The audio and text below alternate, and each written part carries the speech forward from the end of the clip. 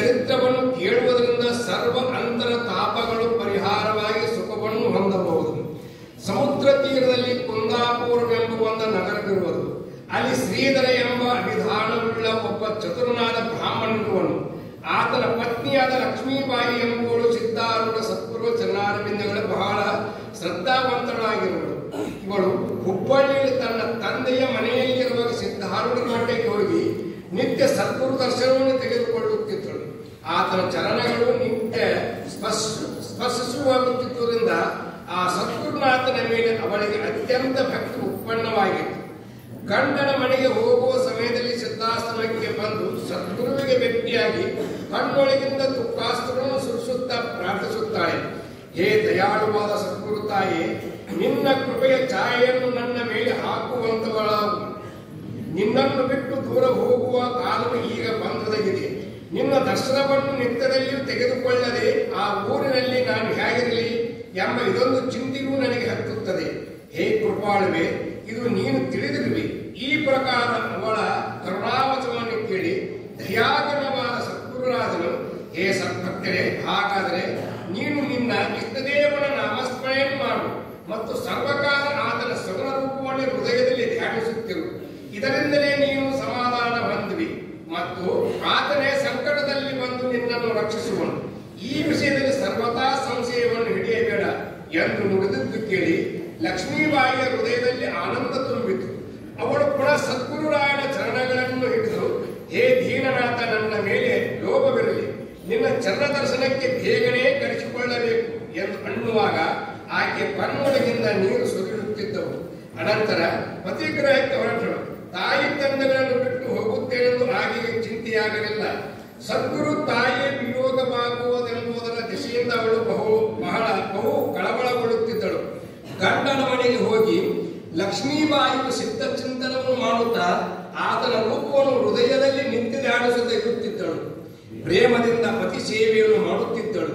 ಹೀಗಿರುತ್ತಾ ಶಿವರಾತ್ರಿ ಉತ್ಸವವು ಸಮೀಪ ಬಂದಿರುವಾಗ ಲಕ್ಷ್ಮೀಬಾಯಿಯು ಒಂದಾನೊಂದು ದಿವಸ ಪತಿಯನ್ನು ಕುರಿತು ಅನ್ನುತ್ತಾಳೆ, ಹೇ ನಾಥ, ನನ್ನ ವಚನವನ್ನು ಕೇಳುವಂತವರಾಗಿದೆ. ಶ್ರೀ ಸಿದ್ಧಾರೂಢ ಸದ್ಗುರುರಾಯರೆಂಬ ಯತಿವರ್ಯರು ಹುಬ್ಬಳ್ಳಿಯೊಳಗೆ ಇರುತ್ತಾರೆ. ಶಿವರಾತ್ರಿ ಸಮಯದಲ್ಲಿ ಅವರ ಮಠದಲ್ಲಿ ಮಹೋತ್ಸವ ಕಾರ್ಯವು ನಡೆಯುವುದು. ಆಗ ಅನೇಕ ದೇಶದಿಂದ ಭಕ್ತ ಜನರು ಬರುವರು. ಹರಿದಾಸರು ಬಂದು ನಿತ್ಯ ಕೀರ್ತನೆ ಮಾಡುವರು. ಆಗ ಸದ್ಗುರುಗಳ ಮುಂದೆ ರಾತ್ರಿ ಹಗಲು ನಾಮಘೋಷವು ನಡೆಯುತ್ತಿರುವುದು. ನಿತ್ಯ ಸೂರ್ಯೋದಯ ಕಾಲದಲ್ಲಿ ವೇದಾಂತ ಶ್ರವಣವು, ಮಧ್ಯಾಹ್ನ ಕಾಲ ಸಾವಿರಾರು ಜನರಿಗೆ ಭೋಜನವೂ ನಡೆಯುವವು. ಸಂಧ್ಯಾ ಕಾಲದಲ್ಲಿ ಆಗುವ ಮಹಾಪೂಜಾ ವೈಭವ ವರ್ಣಿಸಲು ಅಸಾಧ್ಯವಾಗಿರುವುದು. ನೀವು ಸ್ವತಃ ಹೋಗಿ ನೋಡಬೇಕು ಮತ್ತು ಎಷ್ಟು ಆವರ್ಣೀಯವಾಗಿರುವುದೆಂದು ತಿಳಿಯಬೇಕು. ಈ ಪ್ರಕಾರ 7 ದಿನಗಳ ತನಕ ಈ ಮಹೋತ್ಸವ ಸಮಾರಂಭವು ಬಹು ವೈಭವದಿಂದ ನಡೆಯುವುದು. 7ನೇ ದಿವಸ ರಥೋತ್ಸವವು. ಆ ದಿನ ಸದ್ಗುರುರಾಯನು ರಥದಲ್ಲಿ ಕೂರಿಸುವರು. ಆಗಿನ ಆ ಮಹಾಶೋಭೆಯನ್ನು ನೋಡಿದರೆ ಕಣ್ಣುಗಳು ಧನ್ಯವಾಗುತ್ತವೆ. ಆದ್ದರಿಂದ ಹೇ ಪ್ರಾಣನಾಥನೇ, ನಾನು ಪ್ರಾರ್ಥಿಸುವುದೇನೆಂದರೆ, ನಾನು ಹುಬ್ಬಳ್ಳಿಗೆ ಅವಶ್ಯ ಹೋಗತಕ್ಕದ್ದು. ಶಿವರಾತ್ರಿ ಉತ್ಸವ ನೋಡಿದ್ದಾದರೆ ನನ್ನ ಮನಸ್ಸು ಸಮಾಧಾನ ಪಡೋದು. ಆಗ ಶ್ರೀಧರನು ಪತ್ನಿಯನ್ನು ಕುರಿತು, ಇಲೇ ಕಾಂತಿಯೇ, ನೀನು ಹೇಳುವುದೆಲ್ಲ ಸತ್ಯವಿರಬಹುದು, ಆದರೆ ನನ್ನ ಉದ್ಯೋಗವನ್ನು ಬಿಟ್ಟು ಹೋಗಲಿಕ್ಕೆ ಬರುವುದಿಲ್ಲ. ನಿನಗೆ ಗೊತ್ತಿದೆ, ಸಮೀಪದಲ್ಲಿ ಗೋಕರ್ಣ ಕ್ಷೇತ್ರವಿರುವುದು. ಇಲ್ಲಿಯೂ ಶಿವರಾತ್ರಿ ಉತ್ಸವವು ಅತಿ ವಿಚಿತ್ರ ರೀತಿಯಿಂದ ಆಗುವುದು. ಈ ಸ್ಥಾನವು ಪವಿತ್ರವಿದ್ದು ಇಲ್ಲಾದರೂ ಅಪಾರ ಜನರು ಆ ಸಮಯ ಕೊಡುವುದು ಎಂದು ಹೇಳಿದ್ದನ್ನು ಕೇಳಿ ಲಕ್ಷ್ಮೀಬಾಯಿ ಅನ್ನುತ್ತಾಳೆ, ಹುಬ್ಬಳ್ಳಿಯಲ್ಲಿ ಪ್ರತ್ಯಕ್ಷ ದೇವದರ್ಶನವು ಈ ಗುರುದೇವನು ಭಕ್ತರ ಕೂಡ ಮಾತನಾಡುತ್ತಾನೆ. ಆತನ ಭಾಷಣವು ಎಷ್ಟು ಪ್ರೇಮವಾದದ್ದು. ಒಮ್ಮೆ ಆತನ ಮುಖ ನೋಡಿದರೆ ಬಹು ಜನ್ಮಗಳ ತಾಪು ಹೋಗುವುದು. ಆತನ ಪಾದವನ್ನು ಮಸ್ತಕದಿಂದ ಸ್ಪರ್ಶಿಸಿದಾಕ್ಷಣ ಹೃದಯದಲ್ಲಿ ಆನಂದವು ಪ್ರಕಟವಾಗುವುದು. ಆತನ ದರ್ಶನವಾದ ಕೂಡಲೇ ಹೀಗೆ ಕಾಣಿಸುವುದಲ್ಲ, ನನಗೆ ಸಾಕ್ಷಾತ್ ಈಶ್ವರನೇ ಭೇಟಿಯಾದರೂ ಅತಿಶಯ ಆನಂದ ಉಂಟಾಗಿ ಆತನ ಮುಖದ ಮೇಲಿಂದ ದೃಷ್ಟಿಯು ಏಳುವುದೇ ಇಲ್ಲವು. ಸದ್ಗುರು ಪ್ರೇಮವು ಹೃದಯದಲ್ಲಿ ತುಂಬಿ ಲಕ್ಷ್ಮೀಬಾಯಿಯು ಅತಿ ಉತ್ಕೃಷ್ಟದಿಂದ ನುಡಿಯುವಾಗ ದೇಹದಲ್ಲಿ ಅಷ್ಟಭಾವಗಳು ಉತ್ಪನ್ನವಾಗಿ ಪ್ರೇಮಾಸ್ತ್ರಗಳು ಸುರಿಯುತ್ತಿದ್ದವು. ಆಕೆಯ ಪ್ರೇಮೋತ್ಕರ್ಷವನ್ನು ನೋಡಿ ಶ್ರೀಧರನ ಮನಸ್ಸು ಕರಗಿದಂತವನಾಗಿ ಅವಳನ್ನು ಕುರಿತು, ಈ ಪ್ರಕಾರ ನಿನ್ನ ಉತ್ಕಟ ಇಚ್ಛೆ ಇರುವುದಾದರೆ ನಾವು ಹುಬ್ಬಳ್ಳಿಗೆ ಹೋಗೋಣ. ಮುಂದಿನ ಶುಕ್ರವಾರ ಶುಕ್ರವಾರ ದಿವಸ ಆಗಬೋಟೆಯ ಮೇಲೆ ಕೂಡೋಣ ಎಂದು ತಂದ ವಚನವು ಅಮೃತ ಸಮಾನವಾಗಿ ಆಗಿ ಕಣ್ಣದಲ್ಲಿ ಪ್ರವೇಶಿಸಿತು. ಅನಂತರ ಎಲ್ಲಾ ಸಿದ್ಧ ಮಾಡಿಕೊಂಡು ಆಗಬೋಟೆಯಲ್ಲಿ ಕುಳಿತರು. ಆ ಸಮಯದಲ್ಲಿ ಲಕ್ಷ್ಮೀಬಾಯಿಯ ಹೃದಯದೊಳಗಿನ ಉಲ್ಲಾಸ ಹೆಚ್ಚುತ್ತಾ ನಡೆಯಿತು. ಅವಳು ಹಗಲು ರಾತ್ರಿ ಸಿದ್ಧನಾಮವನ್ನು ಜಪಿಸುತ್ತಿದ್ದು ಸರ್ವತ್ರ ಆ ಸದ್ಗುರುವೇ ಅವಳಿಗೆ ಭಾಷಿಸುತ್ತಿದ್ದನು. ಸಮುದ್ರದಲ್ಲಿ ತೆರೆಗಳು ಬರುವುದನ್ನು ನೋಡಿ ಲಕ್ಷ್ಮೀಬಾಯಿಯು ಇವು ಸಿದ್ಧ ಪ್ರೇಮದಿಂದ ಉಕ್ಕುತ್ತವೆ ಅನ್ನುವಳು. ಆಗಬೋಟೆಯ ಯಂತ್ರಘೋಷವನ್ನು ಕೇಳಿ ಸದ್ಗುರು ಪೂಜಾ ಕಾಲದಲ್ಲಿ ಭಕ್ತರು ಘರ್ಷಿಸುತ್ತಾರೆ ಎಂದು ನುಡಿಯುವಳು. ನಾವಿಯೊಳಗೆ ಸಾವಿರಾರು ಜನರನ್ನು ನೋಡಿ ಇವರೆಲ್ಲ ಶ್ರೀ ಸಿದ್ಧಾರೂಢರು ಉತ್ಸವಕ್ಕೆ ಹೋಗುವವರು ಎಂದು ಮಾತನಾಡುವುದು. ಈ ಪ್ರಕಾರ ಪ್ರೇಮವನ್ನು ಚಿತ್ತದಲ್ಲಿ ಧರಿಸಿ ಲಕ್ಷ್ಮೀಬಾಯಿಯು ದೇವ ವಿಸ್ಮೃತಿಯನ್ನು ಹೊಂದುವಳು. ಅತಿ ವೇಗದಿಂದ ಹಡಗವು ನಡೆಯುತ್ತಿರುವಾಗ ಎದುರಿನಿಂದ ಮತ್ತೊಂದು ಈ ಹಡಗು ಬರುತ್ತಿದ್ದು ಅಕಸ್ಮಾತ್ತಾಗಿ ಅವು ಒಂದಕ್ಕೊಂದು ಬಡಿದು ಮಹಾಭಯಂಕರವಾದ ಗುಡುಗಿನಂತ ಶಬ್ದವಾಯಿತು. ಲಕ್ಷ್ಮೀಬಾಯಿಯು ಇದ್ದ ಹಡಗವು ಒಡೆದು ತೂಗಾಡಲಿಕ್ಕೆ ಆರಂಭಿಸಿತು. ಜನರೆಲ್ಲ ಭಯದಿಂದ ತರತರನೆ ನಡುಗುತ್ತಾ ಈ ನಾವೆಯೂ ಮುಳುಗಿತು ಎಂದು ಕೂಗಲಿಕ್ಕೆ ಆರಂಭಿಸಿದರು. ಹುಚ್ಚು ಹಿಡಿದವರಂತೆ ಎಲ್ಲರೂ ಅತ್ತಿತ್ತ ಓಡಾಡುತ್ತಿದ್ದರು. ಮಕ್ಕಳು ಮರಿ ಕಟ್ಟಿಕೊಂಡು ಸರ್ವರು ಮತ್ತೊಂದು ಹಡಗದ ಮೇಲೆ ಓಡುತ್ತಿದ್ದರು. ಬಡೆದ ಸಪ್ಪಳ ಕೇಳಿದಾಕ್ಷಣ ಶ್ರೀಧರನು ಅತ್ಯಂತ ಗಾಬರಿಯಾಗಿ ತನ್ನ ಪ್ರಿಯಕಾಂತಿಯನ್ನು ಮರೆತು ಬಿಟ್ಟು ಮತ್ತೊಂದು ನಾವೆಗೆ ಓಡಿದನು. ಅಲ್ಲಿ ಒಬ್ಬ ಮಿತ್ರನು ಶ್ರೀಧರನನ್ನು ನೋಡಿ, ಸ್ತ್ರೀಯನ್ನು ಬಿಟ್ಟು ಯಾಕೆ ಬಂದಿ ಎಂದು ಕೇಳಿದ್ದೇ ಆತನು, ನನ್ನ ಜೀವವೇ ಹೋಗುವ ಕಾಲದಲ್ಲಿ ಅವಳ ಕಡೆ ಎಲ್ಲಿ ನೋಡುತ್ತೇನೆ? ನಾನು ಇವತ್ತು ಬದುಕಿದರೆ ಮತ್ತೊಬ್ಬ ಸ್ತ್ರೀ ಸಹಜವಾಗಿ ಬರುವಳು. ನಾನೇ ಸತ್ತರೆ ಅವಳು ಬದುಕಿಯಾದರೂ ಏನು ಉಪಯೋಗ ಎಂದು ಉತ್ತರ ಕೊಟ್ಟನು. ಇದ್ದ ಆ ಹಡಗು ಮುಳುಗಲಿಕ್ಕೆ ಹತ್ತಿ ತೂಗುತ್ತಾ ಸಾವಕಾಶವಾಗಿ ನೀರೊಳಗೆ ಇಳಿಯಿತು. ಲಕ್ಷ್ಮೀಬಾಯಿ ನೋಡುವಾಗ ಪತಿಯು ಎಲ್ಲಿಯೂ ಕಾಣಿಸಲಿಲ್ಲ. ಜನರೆಲ್ಲರೂ ಓಡುವರು, ಒಬ್ಬರ ಮೇಲೊಬ್ಬರು ಬೀಳುವರು. ಮತ್ತೊಂದು ನಾವಿಯ ಮೇಲೆ ಹೋಗಲಿಕ್ಕೆ ಲಕ್ಷ್ಮೀಬಾಯಿಗೆ ಎಲ್ಲಿಯೂ ದಾರಿ ಸಿಗದಂತಾಯಿತು. ಸಿದ್ಧನಾಮನು ಮುಖದಿಂದ ಉಚ್ಚರಿಸುತ್ತಾ ಎಲ್ಲಾ ಕಡೆಗಳಲ್ಲಿಯೂ ಖಂಡನನ್ನು ಹುಡುಕುತ್ತಾ ಇರುವಾಗ ಅಕಸ್ಮಾತ್ತಾಗಿ ಲಕ್ಷ್ಮೀಬಾಯಿಯು ಒಂದು ಸಣ್ಣ ಮಗು ತನ್ನ ಸಮೀಪವೇ ಬಿದ್ದಿರುವುದನ್ನು ಕಂಡರು. ಅದನ್ನು ಯಾರೋ ಬಿಟ್ಟು ಹೋಗಿರುವರೆಂದು ತಿಳಿದು ಬಹು ದಯೆಯುಳ್ಳವಳಾಗಿ ಆ ಕೂಸನ್ನು ಎತ್ತಿಕೊಂಡಳು. ತನ್ನ ಮರಣದ ಭಯವನ್ನಾದರೂ ಹಿಡಿಯದೆ ದಯಾಪರನಾದ ಲಕ್ಷ್ಮೀಬಾಯಿಯು ಆ ಕೂಸನ್ನು ಎತ್ತಿಕೊಳ್ಳುತ್ತಿರುವಾಗ ಸುತ್ತಮುತ್ತಲೆಲ್ಲ ಜಲಮಯವಾಯಿತು. ನಾವಿಯು ನೀರೊಳಗೆ ಮುಳುಗಿತು. ಅದರ ಮೇಲಿದ್ದ ಇತರ ಜನರೆಲ್ಲ ಮತ್ತೊಂದು ಹಡಗದ ಮೇಲೆ ಹೋಗಿತ್ತು. ಲಕ್ಷ್ಮೀಬಾಯಿ ಒಬ್ಬಳೇ ಉಳಿದಳು. ಇಷ್ಟರಲ್ಲಿ ಮತ್ತೊಂದು ನಾವಿಗೆ ಹತ್ತಲಿಕ್ಕೆ ಇದ್ದಂತ ನಿಶ್ಚನಿಗೂ ಸಹ ಅಕಸ್ಮಾತ್ ಪಡ್ಕೊಂಡು ಬಿತ್ತು. ಲಕ್ಷ್ಮೀಬಾಯಿಯು ತಪ್ಪಿಸಿಕೊಂಡು ಹೋಗಲಿಕ್ಕೆ ಉಪಾಯವಿಲ್ಲದೆ ಮುಳುಗುವ ಹಡಗದ ಮೇಲೆ ಸಿಕ್ಕಿಬಿದ್ದಳು. ಆಕೆಯ ಸುತ್ತಲೂ ನೀರು ಏರುತ್ತಾ ಕೊಂಕ ನಾವಿ ತನಕ ಬಂತು. ಆಗ ಲಕ್ಷ್ಮೀಬಾಯಿಯು ಕೂಸನ್ನು ಎತ್ತಿ ಹಿಡಿದು ಸದ್ಗುರುವೆ ಕೂಗಿ ಕರೆಯುತ್ತಾಳೆ, ಹೇ ಸದ್ಗುರುನಾಥನೇ, ದಯಾನಿಧಿಯೇ, ನನ್ನನ್ನು ಯಾಕೆ ಈ ಸಮುದ್ರದೊಳಗೆ ಬಿಟ್ಟಿರುವಿ? ನಾನು ನೀರೊಳಗೆ ಉಳಿದೆನು. ಎಲ್ಲಿಯೂ ತಪ್ಪಿಸಿಕೊಂಡು ಹೋಗಲಿಕ್ಕೆ ದಾರಿ ಇಲ್ಲ. ನನ್ನ ಪತಿಯಾದರೂ ಸಮೀಪದಲ್ಲಿಯೇ ಇಲ್ಲ. ಈ ಸಮಯದಲ್ಲಿ ಎಲ್ಲಿ ಹೋದನೆಂತಲೂ ತಿಳಿಯಲಾರೆ. ಮತ್ತೊಂದು ಹಡಗವಾದರೂ ದೂರವಾಯಿತು. ಈಗ ನಾನೇನು ಮಾಡಲಿ? ಈ ಕೂಸನ್ನು ಬದುಕಿಸಲಿಕ್ಕೆ ನೋಡಿ ನಾನು ಅಕಸ್ಮಾತ್ತಾಗಿ ಹಿಂದುಳಿದೆ. ನಿನ್ನ ಹೊರತು ನನಗೆ ಯಾರು ರಕ್ಷಕರಿರುವರು? ನೀನೇ ನೋಡು. ನನ್ನ ದಿಶೆಯಿಂದ ನೀನು ಬೇಸತ್ತಿರುವೆಯಾದರೆ ಈ ಮಗುವಿನ ಮೇಲೆಯಾದರೂ ಕೃಪೆ ಇರಲಿ. ಹೇ ದಯಾಳುವೆ, ಬೇಗನೆ ಬಂದು ಇಂತಹ ಸಮಯದಲ್ಲಿ ನಮ್ಮನ್ನು ರಕ್ಷಿಸು. ಈ ಪ್ರಕಾರ ಕರುಣಾವಚವನ್ನು ಕೇಳಿ ತತ್ಕಾಲ ಆ ಸಿದ್ಧ ದಯಾಗಳನ್ನು ಪ್ರಾಪ್ತನಾಗುವಂತವನಾದನು. ಒಂದು ಸಣ್ಣ ದೋಣಿಯಲ್ಲಿ ಕುಳಿತುಕೊಂಡು ಬೇಗನೆ ಅವಳ ಹತ್ತಿರ ಬಂದನು. ಆತನ ಕೈಯಲ್ಲಿ ಲಕ್ಷ್ಮೀಬಾಯಿಯು ಆ ಕೂಸನ್ನು ಕೊಟ್ಟಳು. ಅದನ್ನು ತೆಗೆದುಕೊಂಡು ದೋಣಿಯಲ್ಲಿ ಮಲಗಿಸಿ ಆಮೇಲೆ ಸದ್ಗುರು ಲಕ್ಷ್ಮೀಬಾಯಿಯ ಕೈ ಹಿಡಿದು ಅವಳನ್ನು ಬೇಗನೆ ಎತ್ತಿಕೊಂಡು ದೋಣಿ ಒಳಗೆ ಕೂಡಿಸಿದನು. ಆ ದೋಣಿ ಬರುವುದನ್ನು ನೋಡಿ ಈ ಹಡಗು ನಿಂತಿತು. ಆಗ ಲಕ್ಷ್ಮೀಬಾಯಿಯ ಕೂಸನ್ನು ತೆಗೆದುಕೊಂಡು ಅದರ ಮೇಲೆ ಹತ್ತಿದಳು.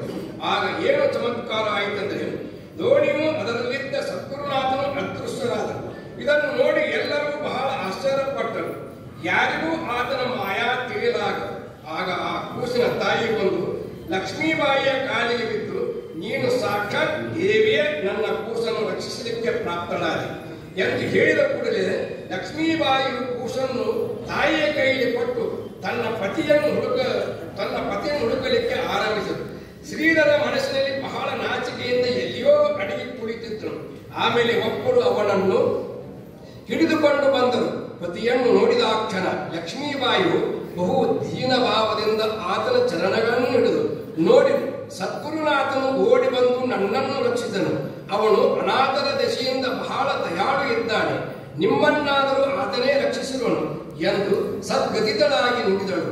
ಆಕೆಯ ಪ್ರೇಮಾನಂದವನ್ನು ನೋಡಿ ಸರ್ವರ ಅಂತಃಕರಣವು ದ್ರವಿಸಿ ಅಲ್ಲಿರುವ ಪ್ರೇಮಳ ಜನರೆಲ್ಲರಿಗೂ ನೇತ್ರಗಳಿಂದ ಬಾಷ್ಪಗಳು ಸುರಿದು ಹತ್ತಿದವು. ಅನಂತರ ಅವಳು ತನ್ನ ಪತಿಯನ್ನು ಕುರಿತು ಎಲ್ಲಾ ವೃತ್ತಾಂತವನ್ನು ಹೇಳಿದಳು. ಆದರೆ ಅವನಿಗೆ ಏನೇನೂ ದೋಷ ಕೊಡಲಿಲ್ಲ. ಇದನ್ನೆಲ್ಲ ಕೇಳಿ ಶ್ರೀಧರನು, ದೈವಯೋಗದಿಂದ ನಿನಗೆ ಭೇಟಿಯಾಗಿ ನಾನು ಧನ್ಯಭಾವವನ್ನು ಹೊಂದಿದೆನು. ನಿನ್ನ ಸಂಕಟ ಕಾಲದಲ್ಲಿ ದುಷ್ಟಮತಿಯಾದ ನಾನು ನಿನ್ನನ್ನು ಬಿಟ್ಟು ಹೋಗಿದ್ದೆನು ಎಂದು ನುಡಿದನು. ಪತಿಯ ವಚನವನ್ನು ಕೇಳಿ ಲಕ್ಷ್ಮೀಬಾಯಿಯು ಅವನನ್ನು ಸಂತೈಸಿ, ನೀನು ಬದುಕಿದಿರೆಂದು ನನಗೆ ಬಹಳ ಆನಂದವಾಯಿತು. ಆ ಸದ್ಗುರುವೇ ನಿಮಗಾದರೂ ಪ್ರಾಪ್ತರಾದರು ಎಂಬುದರಲ್ಲಿ ನನಗೇನು ಸಂಶಯ ತೋರುವುದಿಲ್ಲ. ನನಗೂ ಆತನೇ ಇಲ್ಲಿವರೆಗೆ ತಂದು ಆಮೇಲೆ ಅದೃಶ್ಯನಾದನು. ಆತನ ಮಾಯಾ ನಮಗೆ ತಿಳಿಯದು ಅಂದರು. ಹಡಗದಿಂದ ಗೋವೆ ಪ್ರಾಂತದಲ್ಲಿ ಇಳಿದು ಆ ದಂಪತಿಗಳು ಗಾಡಿ ಹತ್ತಿ ಹುಬ್ಬಳ್ಳಿಗೆ ಬಂದು ಶ್ರೀ ಸಿದ್ಧಾರೂಢನು ಭೇಟಿಯಾಗುವಾಗ ಹೃದಯದಲ್ಲಿ ಹಿಡಿಸಲಾರದಂತ ಪ್ರೇಮವು ಉಕ್ಕಿ ಉಕ್ಕಿ ಬಂತು. ಸದ್ಗುರುಗಳನ್ನು ನೋಡಿ ಲಕ್ಷ್ಮೀಬಾಯಿ ಪ್ರೇಮವು ಸಾವರಿಸಿಕೊಳ್ಳಲಾಗದೆ ದಾರಿಯಲ್ಲಿ ನಡೆದ ವೃತ್ತಾಂತ ಅವರಿಗೆ ನಿವೇದಿಸುತ್ತಿರುವಾಗ ಕಣ್ಣೊಳಗಿಂದ ನೀರು ಸುರಿಸುತ್ತಿದ್ದಳು. ಸದ್ಗುರುನಾಥನು ಎಲ್ಲಾ ವೃತ್ತಾಂತವನ್ನು ಕೇಳಿ, ಲಕ್ಷ್ಮೀಬಾಯಿಯೇ ನೀನು ಧನ್ಯಳು.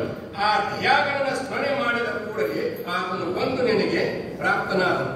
ಅಂತರ್ಯಾಮಿಯಾಗಿರುವ ಸದ್ಗುರುನಾಥನು ನಿನ್ನ ಸಂಕಟದಲ್ಲಿ ಒದಗಿದನು ಎಂದು ಆ ಕೃಪಾವಂತನು ನುಡಿದದ್ದು ಕೇಳಿ ಅವಳು ಸಮಾಧಾನ ಹೊಂದಿದಳು. ಆಗ ಸದ್ಗುರುಗಳ ಕುರಿತು ಲಕ್ಷ್ಮೀಬಾಯಿಯು, ಹೇ ಸದ್ಗುರುನಾಥನೇ, ಈಗ ತಿರುಗಿ ಇಲ್ಲಿಂದ ಹೋಗಬಾರದು ಅನಿಸುವುದು. ನೀನು ಕೃಪಾ ಮಾಡಿದಿ ಎಂದರೆ ನಾವು ತಿರುಗಿ ಊರಿಗೆ ಹೋಗುವುದಿಲ್ಲ ಎಂದು ಹೇಳಿದ್ದನ್ನು ಕೇಳಿ ಸಿದ್ದರಾಯರು, ಉತ್ತಮ ಕಾರ್ಯ ತೀರದ ಬಳಿಕ ನೀವು ನಿಮ್ಮೂರಿಗೆ ಹೋಗಿ ನಿರ್ಭಯರಾಗಿ ಅಲ್ಲೇ ಇರಿ. ನಾಮಸ್ಮರಣೆ ಮಾಡುವುದರಿಂದ ಯಾವ ಆನಂದ ಉತ್ಪನ್ನವಾಗುವುದೋ ಅದು ಸ್ಥಾನಭೇದವಾಗುವುದರಿಂದ ಕಡಿಮೆಯಾಗುವುದಿಲ್ಲ. ಅಂತ ಪವಿತ್ರವಾದ ಸುಖವನ್ನು ಭೋಗಿಸುತ್ತಿದ್ದರೆ ನಿಮಗೆ ಸರ್ವ ರೀತಿಯಿಂದ ಕಲ್ಯಾಣವಾಗುವುದು ಎಂದು ಅಂದ ಸದ್ಗುರು ವಚನವನ್ನು ಕೇಳಿ ಲಕ್ಷ್ಮೀಬಾಯಿಯ ಮನಸ್ಸು ಶಾಂತಿಯನ್ನು ಹೊಂದಿತು. ಶಿವರಾತ್ರಿ ಉತ್ಸವ ಮುಗಿದ ಬಳಿಕ ಆ ದಂಪತಿಗಳು ಗುರುವಾಜ್ಞೆಯನ್ನು ಪಡೆದು ತಮ್ಮ ಊರು ಕಡೆಗೆ ತಿರುಗಿದರು. ತಮ್ಮ ಊರಿಗೆ ಹೋಗಿ ಇಬ್ಬರು ಸದ್ಭಾವವನ್ನು ಹಿಡಿದು ಸದ್ಗುರು ಚಿಂತನೆ ಮಾಡುತ್ತಿರುವಾಗ ಆತನು ಸಮೀಪವೇ ಇದ್ದಾನೆಂಬಂತೆ ಕಾಣಿಸುತ್ತಿತ್ತು. ಇಂಥ ದಯಾಳುವಾದ ಆ ಸದ್ಗುರು ಭಕ್ತರಿಗೆ ಒಂದು ನೌಕೆಯಾಗಿರುತ್ತಾನೆ. ಯಾಕಂದ್ರೆ ಆತನ ಆಶ್ರಯವನ್ನು ಹೊಂದಿ ಅವರು ಸುಖದಿಂದ ಭವಸಾಗರವನ್ನು ದಾಟುವರು. ಈಗ ಕಥೆಯ ಲಕ್ಷಾರ್ಥವನ್ನು ಕೇಳಿದೆ. ಶ್ರೀಧರನು ಜೀವನು, ಆತನ ಪತ್ನಿಯು ಸದ್ಭಕ್ತಿ ಇತ್ತು. ಸದ್ಗುರುನಾಥನು ಆಕೆಯನ್ನು ಜೀವನ ಕಡೆಗೆ ಕಳುಹಿಸುವವನು. ಅವರಿಬ್ಬರು ಸದ್ಗುರುನಾಥನ ಪಾದಕ್ಕೆ ಮುಟ್ಟಬೇಕಾದರೆ ಭವಸಾಗರವನ್ನು ದಾಟಬೇಕಾಗಿರುವುದು. ಆದರೆ ಆಸಕ್ತಿ ಎಂಬ ನಾವೆಯ ಮೇಲೆ ಕುಳಿತುಕೊಂಡು ಅವಾಪ್ತಿಯನ್ನು ದಾಟಲಿಕ್ಕೆ ನೋಡುವರು. ಆಗ ವಿರಕ್ತಿ ಎಂಬ ಮತ್ತೊಂದು ಹಡಗು ಎದುರಿನಿಂದ ಬಂತು. ಅದು ಬಹು ತೀವ್ರವಾಗಿ ಬಂದು ಆಸಕ್ತಿಯನ್ನು ಭೇದಿಸಿಬಿಟ್ಟಿತು. ಜೀವನು ಆ ಕ್ಷಣವೇ ಭಕ್ತಿಯನ್ನು ಬಿಟ್ಟು ಡಂಬಾಚಾರದ ವಿರಕ್ತಿಯನ್ನು ಆಶ್ರಯಿಸಿದನು. ಆದರೆ ಅದರಿಂದ ಆತನಿಗೆ ಸಮಾಧಾನವಿದ್ದಿಲ್ಲ. ಇದ್ದ ಭಕ್ತಿಯ ಆಸಕ್ತಿಯಲ್ಲಿ ಉಳಿದಿರುವಾಗ ದಯಾ ಎಂಬ ಮಗುವು ಸಿಕ್ಕಿತು. ಅದರಿಂದ ಅವಳು ಆಸಕ್ತಿಗೆ ಸಿಕ್ಕಿ ಬಿದ್ದಳು. ಭವಜಲದೊಳಗೆ ಅವಳು ಮುಳುಗುತ್ತಿರುವಾಗ ತತ್ಕಾಲವೇ ಸದ್ಗುರು ಪ್ರಾಪ್ತನಾದನು. ಆತನು ಬಂದು ದಯಾ ಮತ್ತು ಭಕ್ತಿ ಇಬ್ಬರನ್ನು ವಿರಕ್ತಿಗೆ ತಂದು ಮುಟ್ಟಿಸಿದನು. ಜೀವನಿಗೆ ಭಕ್ತಿ ಭೇಟಿಯಾದ ಕೂಡಲೇ ಸಮಾಧಾನವಾಯಿತು. ಇಬ್ಬರು ಆನಂದ ಪಟ್ಟರು. ಆಮೇಲೆ ಜೀವ ಮತ್ತು ಭಕ್ತಿ ಇಬ್ಬರು ಸದ್ಗುರುವಿಗೆ ಬಂದು ಭೇಟಿಯಾದಾಗ ಅವರು ನಾಮಸ್ಮರಣೆ ಮಾಡಲಿಕ್ಕೆ ಹೇಳಿದರು. ಸಿದ್ಧ ಸದ್ಗುರುನಾಥನು ಅತ್ಯಂತ ದಯಾಳುನಿದ್ದು ಆತನೇ ಜೀವರಿಗೆ ಭವಸಾಗರದೊಳಗಿಂದ ತಾರಿಸುವಂತವನಾಗಿರುತ್ತಾನೆ.